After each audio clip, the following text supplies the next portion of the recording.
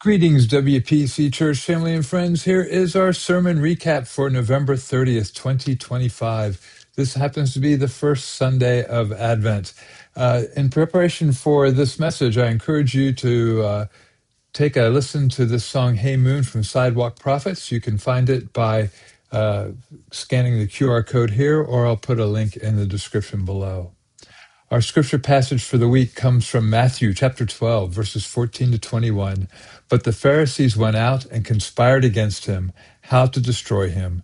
Jesus, aware of this, withdrew from there, and many followed him, and he healed them all and ordered them not to make him known. This was to fulfill what was spoken by the prophet Isaiah. Behold, my servant whom I have chosen, my beloved with whom my soul is well pleased. I will put my spirit upon him, and he will proclaim justice to the Gentiles. He will not quarrel or cry aloud, nor will anyone hear his voice in the streets. A bruised reed he will not break, and a smoldering wick he will not quench, until he brings justice to victory, and in his name the Gentiles will hope. The first Sunday of Advent is hope. We light the hope candle, and our sermon title for the week is Hope Shines Brightly. It shines brightly like the Christmas star. One of the worship songs we sang in worship this week was Hope Has a Name, and it really does have a name, and that name is Jesus, and that was the last verse in our passage today. And in his name, the Gentiles will hope.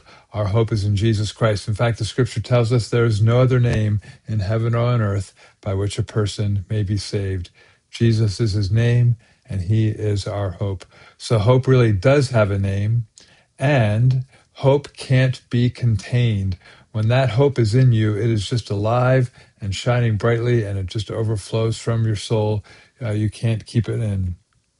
Now, Jesus knew this, and so he told the folks that he was healing not to go and make him known because it wasn't his time yet. But today it is time for us to make him known, and so we want to let everybody know what Jesus has done in our lives. So hope really does have a name. Hope can't be contained.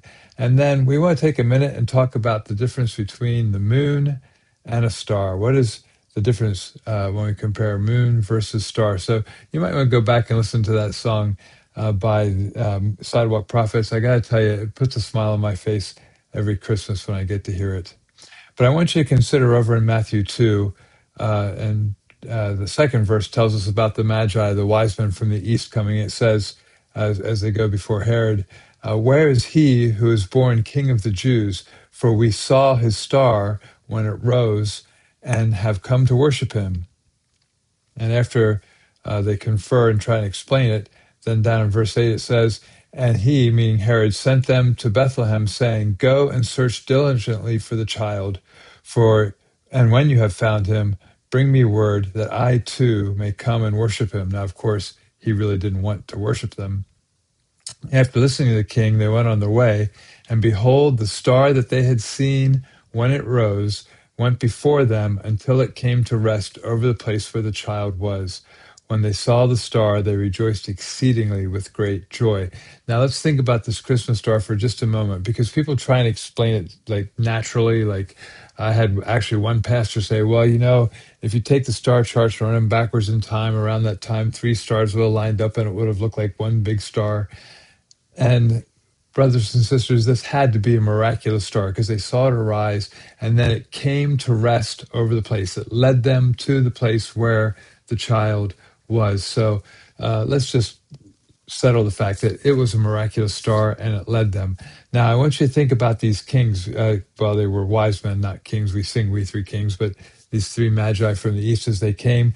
First, they were following the star, and they were like the moon. The moon doesn't have any light of its own.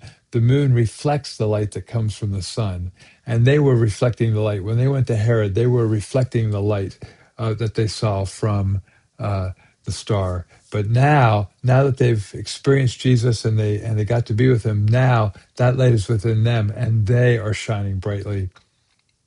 And that's what we need to do, brothers and sisters. We need to come into the light, to know the light, so we're not just reflecting, but we are just shining brightly for the Lord. And so, in that case, then we want to be able to give the reason for the hope that is in us.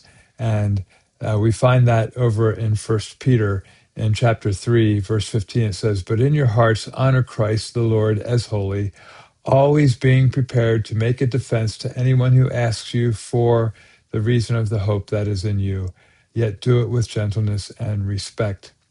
Over in the NLT version of that, it says, "Instead, you must worship Christ as Lord of your life. And if someone asks you about the hope, your hope as a believer, always be ready to explain it." And we talked on Sunday about the idea that as we train up our children, we're teaching them to be able to know the faith, to defend the faith, and as they're understanding the reason why we believe in Jesus, they're reflecting the faith of their parents. But at some point, they need to have the faith be all of their own. When my son Adam was at college, uh, he was challenged by his friends. Are you a Christian because your parents are Christians, because you were raised a Christian, because you grew up in a Christian area, or is this a choice you've made? And Adam said, that really challenged him. And that was when he began to own his faith for himself. He went from reflecting our faith like the moon to shining brightly from his own faith. And we need to be able to do that too, brothers and sisters, so that our hope shines brightly, so that we can let everybody know the reason for the hope that is in us. And so be encouraged. I just encourage you to spend time in the Word, be studying, be reading, be praying, so that you too can shine brightly from the hope that is in you. I hope this message encourages you to do just that. We want to invite you to come out to our fellowship gatherings, depending on when you get to see this. The first one is on December 2nd. If you see this after the 2nd, you're still free to join us on the 11th and the 18th. We'll have a fellowship meal. We'll do some carol singing and some devotional time. There'll be some crafts and games. Excuse me. And we're really excited that the children will be rehearsing a song to sing for Christmas. So come on out and join us. You don't even have to be part of the WPC congregation. We just encourage you to come and fellowship with us. Bring your children, let them sing along and have a good time. We're going to be playing Christmas Carol Bingo. You don't want to miss that. We'll have some prizes for you. So we hope that you'll come out and join us starting each of those nights at 6:30. Please spread the word and please join us. In the meantime, I pray that your hope is overflowing. I pray that this Advent season is just a time for you to remember Emmanuel. God is with us. Shine brightly, be at peace, and we'll see you soon. God bless. Shout for joy, O citizens of heaven. Shout aloud.